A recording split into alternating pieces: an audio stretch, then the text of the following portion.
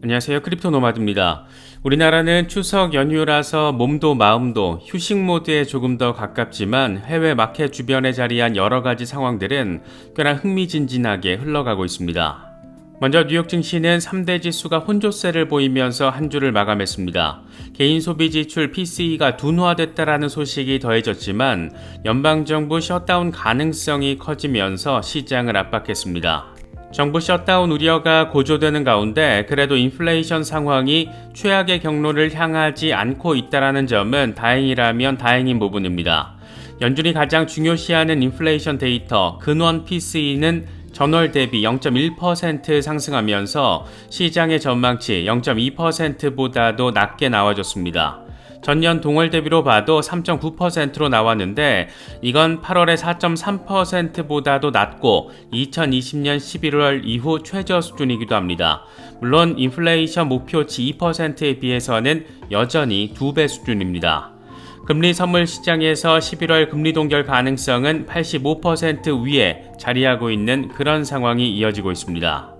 비트코인의 흐름은 나쁘지 않습니다. 27,000달러 위에서의 온전한 지지를 받기 위해서 고군분투하는 상황이 이어지고 있는데 무엇보다 이더리움 선물 ETF가 공식 출시를 앞두고 있다 보니까 시장 전반이 ETF에 대한 기대감으로 다시금 감싸이고 있는 분위기도 느낄 수가 있습니다. 다만 과거 비트코인 선물 ETF가 처음 출시됐을 때만큼 의미 있는 반등세를 기대하기는 어려운 상황이기도 한데 무엇보다 그때는 시장에 돈이 넘쳐날 때였고 지금은 시장의 돈줄에 씨가 말라있는 그런 상태라는 가장 큰 차이점이 자리하고 있습니다. 리플 XRP의 경우에도 의미 있는 반등세를 보여주기도 했습니다. 반등을 좀 하다가 다시 반납하다가 흐름 자체가 어지럽긴 한데 지금 뉴욕에서는 리플 소송 부분 승소를 자축하는 뉴욕 프라퍼 파티가 진행되고 있습니다. 이걸 앞두고 나름의 기대감이 시세에 반영되면서 반등을 해준 것으로도 해석할 수 있을 것 같습니다. 가능성이 그렇게 높아 보이진 않는데 지금 해외 XRP 커뮤니티에서 최대 관심사는 이번 뉴욕 파티에서 어떤 핵심 이슈에 대한 언급이 어느 정도 수위로 나와줄지 여부입니다. 여기에는 IPO 이슈, 소송 합의 등에 대한 입장 이런 것들이 포함되어 있습니다. 최근 독일 최대 민영은행인 도이체방크가 암호화폐 커스터디 사업에 들어온 것을 보면 디지털 자산 커스터디는 확실히 화두는 화두입니다. 이런 레거시 금융 대기업까지 커스터디 사업에 들어오고 있는 이유는 간단합니다. 안정적인 디지털 자산 보관, 이게 가장 중요한 이슈 가운데 하나이기 때문입니다. 특히 지난해 FTX 사태 이후에 셀프 커스터디에 대한 관심이 부쩍 커졌는데 중장기 대응을 하시는 경우 일부 물량을 콜드 월렛에 보관을 하는 게 리스크 관리 차원으로도 여겨지고 있는 상황입니다. 개인적으로는 그래도 일부 물량은 내가 직접 내 금고에 보관을 하면서 리스크를 분산 관리하는 게 조금 더 속편한 방식이 아닌가 생각하고 있습니다. 그래서 저는 디센트 월렛의 일부를 보관하고 있는데 콜드 월렛에 관심이 있으신 분들은 저희 채널과 파트너십을 맺고 있는 디센트 월렛을 특별 할인 가격에 구매하실 수 있습니다. 콜드 월렛에 보관을 하면 내가 직접 관리를 한다라는 장점이 있는 반면 고액의 물량을 보관하실 경우에는 트래블룰로 인해서 번거롭게 느껴질 수 있는 부분도 있으니까 이런 점들도 잘 참고하시면 좋겠습니다. 특정 거래소나 코인 이체 등과 관련해서는 디센트 고객센터를 통해서 확인하실 수 있습니다. 그럼 이번 영상 시작하겠습니다. 먼저 뉴욕 증시는 혼조세로 한 주를 마감했습니다. 장 초반 분위기는 나쁘지 않았는데 무엇보다 연준이 가장 선호하는 인플레이션 데이터, 개인 소비 지출 PCE가 예상보다 낮게 나와준 점이 긍정적인 재료로 작용했습니다.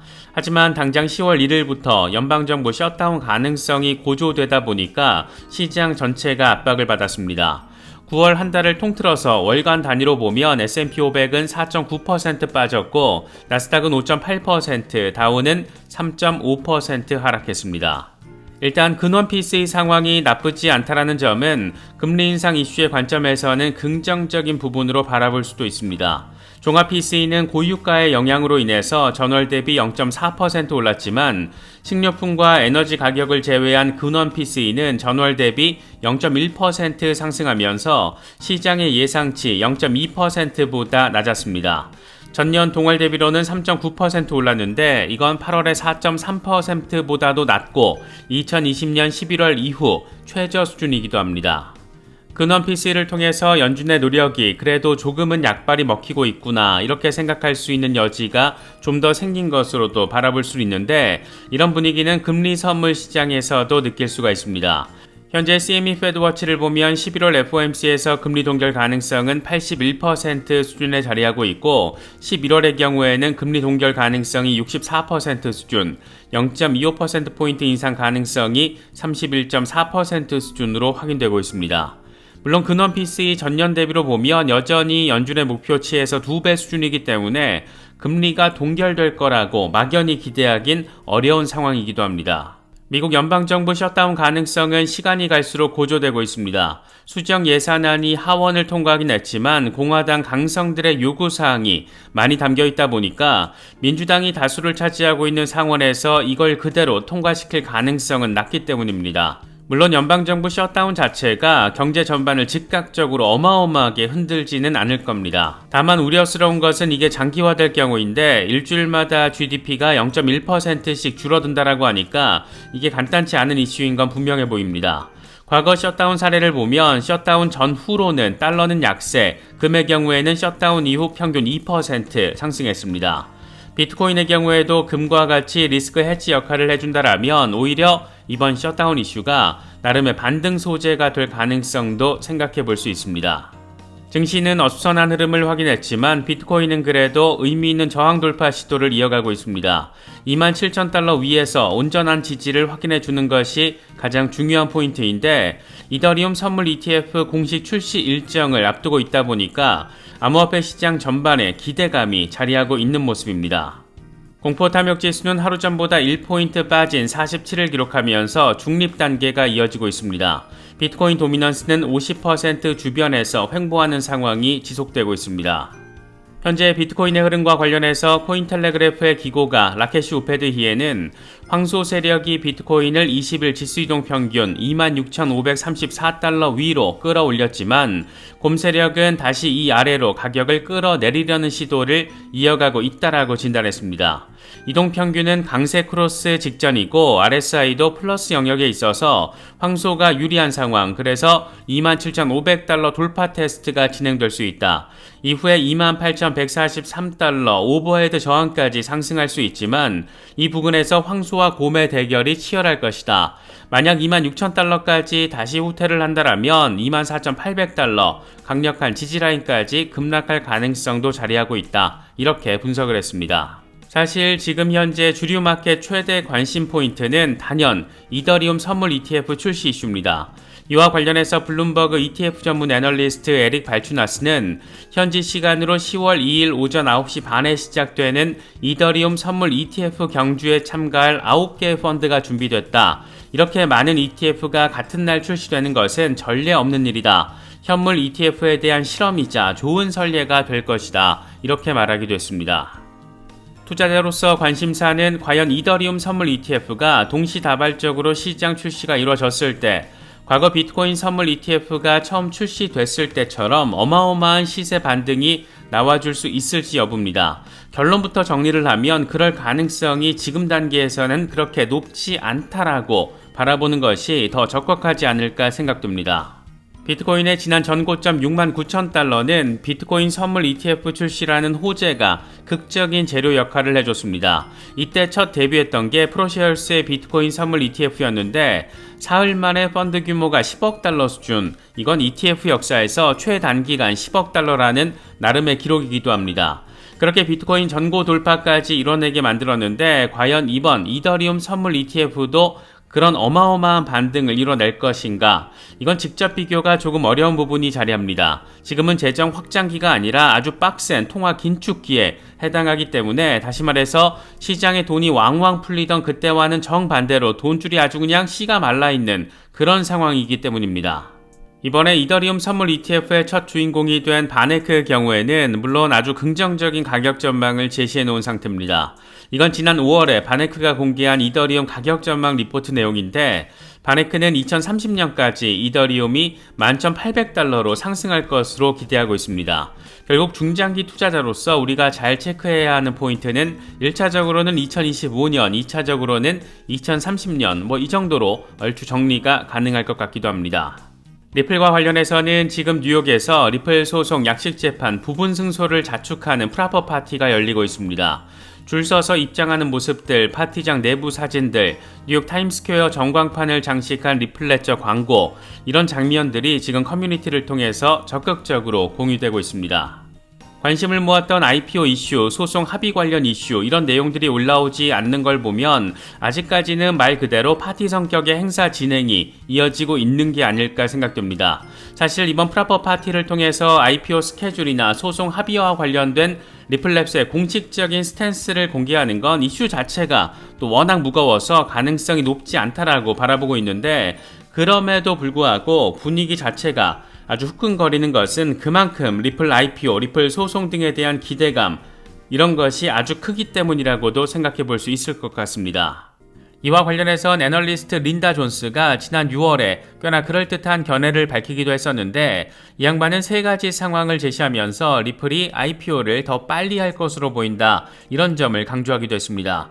첫 번째로는 올해 4월에 리플이 애널리스트들과 함께 비공개 로드쇼 미팅을 진행한 것, 리플이 10억 달러 이상의 현금을 보유하고 있는 건 역시 IPO를 충분히 가능하게 하는 상황이라는 것, 소송이 마무리가 되면 강력한 수요 모멘텀이 발생할 거라는 것, 이 세 가지를 근거로 제시하면서 리플이 IPO를 예상보다 더 빨리 할 수 있다, 이런 점을 얘기했던 겁니다. 개인적으로는 첫 번째 근거로 제시한 부분이 가장 눈에 띄었고, 이거 진짜 조만간 IPO 관련 소식이 공식적으로 나오는 건 아닌가, 그런 생각이 들기도 했었는데, 비상장 기업이 비공개 로드쇼를 진행했다라는 것은 사실 빤한 의도를 가지고 있기 때문입니다. 통상 월가에서 로드쇼는 기업과 인수자가 잠재적인 투자자를 만나서 기업 공개에 대한 관심을 유도하는 마케팅 이벤트, 이 정도로 해석이 되는데, 지난 4월에 리플이 개최했던 이 비공개 로드쇼에는 거의 모든 유명 기관 투자자들이 다 참석했던 것으로 전해지고 있습니다. 이와 관련해서 린다 존스는 또 하나의 조기 IPO 가능성을 뒷받침하는 근거를 제시하기도 했었는데, 생각해보니까 XRP 가격이 낮을 때 IPO를 하는 게 합리적이라는 결론을 내렸다. XRP 가격이 더 높아지면 시가총액이 너무 높아질 것이기 때문에 소송이 끝난 뒤에 빠르면 빠를수록 좋다, 이렇게 설명을 했습니다. 이 멘트가 똥인지 된장인지를 굳이 구분을 해보자라면 이건 당연히 된장입니다. 지금 리플이 에스크로 계좌에 가지고 있는 XRP를 개당 0.5달러, 현재 시세로 계산을 하면 이것만 해도 그 규모가 210억 달러에 달합니다.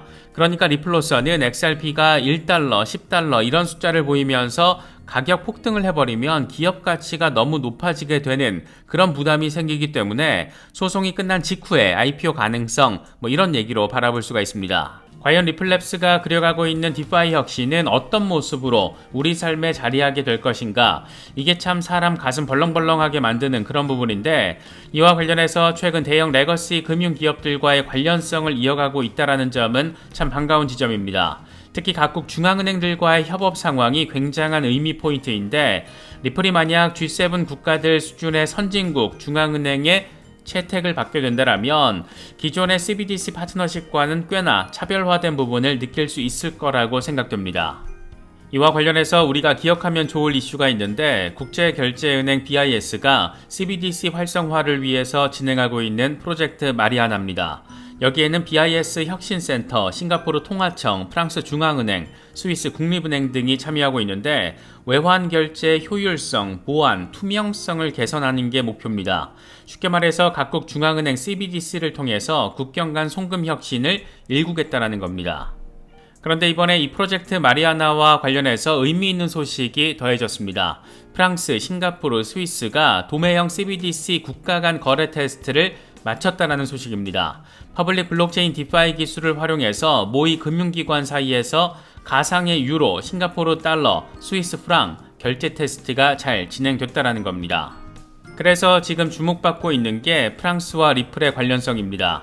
이건 사실 몇 년 전부터 계속 나왔던 얘기인데, 2021년 3월 CPA 오스트레일리아가 발표한 CBDC 비교 분석 보고서 내용입니다.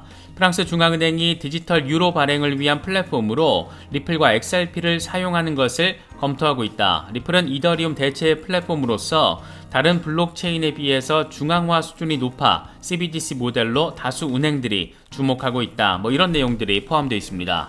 2021년에 발표된 이 리포트 내용과 최근 프랑스와 싱가포르 등이 진행하고 있는 프로젝트 마리아나의 상황을 함께 놓고 바라보면 어쩌면 프랑스 중앙은행이 CBDC를 위해서 리플을 채택할 수도 있겠구나, 이런 상황적인 논리를 만들 수가 있고, 이렇게 되면 지금까지의 소규모 사이즈 국가들과 CBDC 파트너십을 맺은 것과는 다소 차원이 다른 호재로 인식될 가능성을 생각해 볼 수가 있습니다.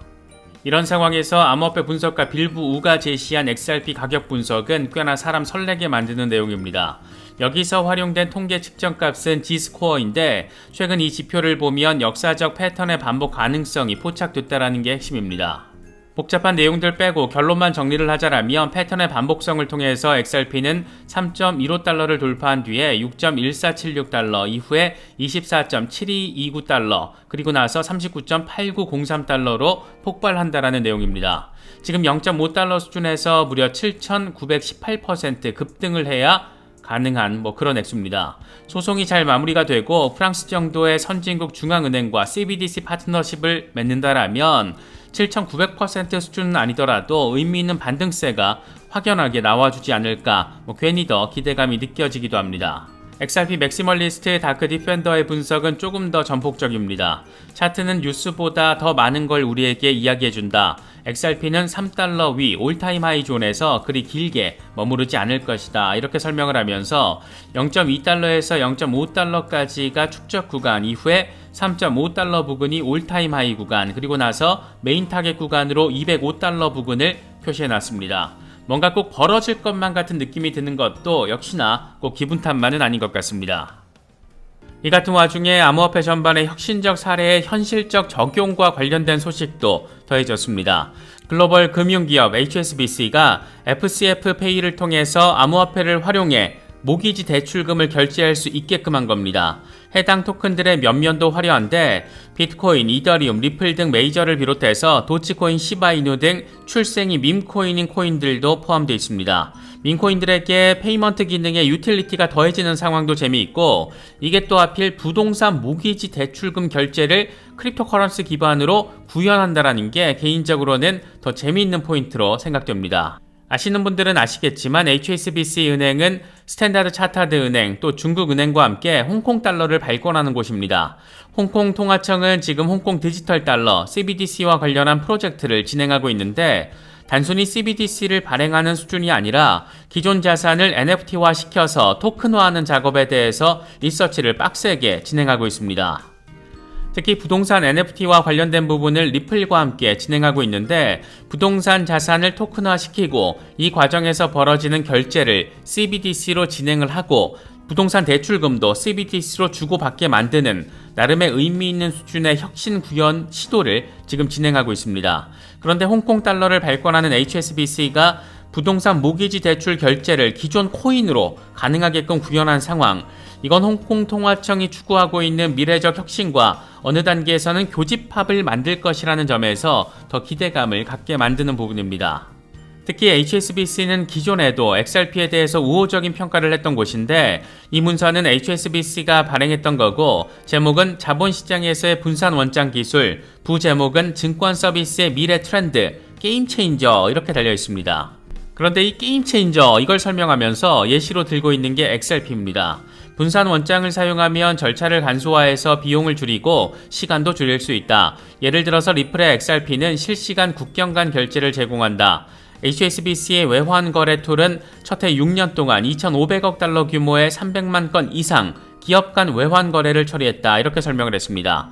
직접적으로 명시적으로 표현하고 있지는 않지만 HSBC도 외환 거래 툴의 일부로서 리플을 활용하고 있다라는 점을 느낄 수 있는 부분인데, 이 은행이 홍콩 달러 발권을 하는 곳이고 홍콩 CBDC를 준비하고 있는 홍콩 통화청은 리플과 파트너, 아무튼 이런 구도가 지금 설정되어 있는 그런 상황입니다. 나름 그래도 긍정적인 상황은 기관들의 자금 유입이 이어지고 있는 부분입니다.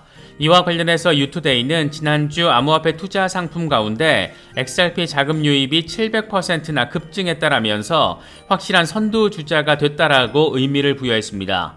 코인쉐어스의 XRP ETP 상품에 지난 한 주 동안 70만 달러가 쏟아지면서 7배 증가한 상황을 확인했다라는 게 핵심입니다. 70만 달러라는 숫자 그 자체가 그렇게 엄청 어마무시하게 크다라고 할 수는 없겠지만 요즘같이 가격 흐름이 모호한 상황에서 기관들이 슬슬 스멀스멀 움직인다라는 것으로 해석할 수 있는 부분이 자리하고 있고, 특히 최근 들어서 이어지고 있는 XRP에 대한 금융기관들의 채택 상황, 이런 것과도 연결지어서 해석할 수가 있습니다. XRP를 통한 금융혁신은 꽤나 전폭적으로 이뤄지고 있는 모습입니다. 이건 리플렉스 그로스의 부사장이 최근 암스테르담에서 열린 에이펙스 데브 서밋에서 밝힌 내용인데, 현재 하루에 100만 건이 넘는 거래가 이루어지고 있다. XRP 레저에서는 26억 건의 거래가 이루어졌다. 이건 이더리움보다 더 많은 숫자이고, 그래서 처음부터 매우 효율적인 블록체인이다. 이렇게 평가했습니다.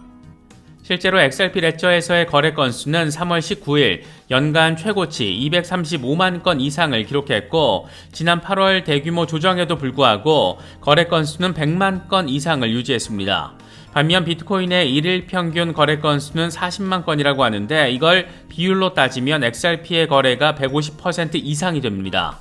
이 정도면 나름 꽤 의미 있는 숫자가 아닌가 생각되기도 하는데, 가치 저장은 비트코인, 유틸리티 활용은 XRP나 이더리움, 이렇게 나와바리 정리가 되는 상황으로도 바라볼 수 있을 것 같습니다. XRP 레저 기반의 비트코인 송금 플랫폼 샌더비치의 빠른 속도에 대한 부분도 언급돼서 주목받고 있습니다. 비트코인 네트워크를 통해서 비트코인을 이동시키려면 보통 10분에서 1시간 정도 걸리는데, XRP 레저 기반의 샌더비치를 사용하면 3초에서 5초가 걸린다라는 내용입니다.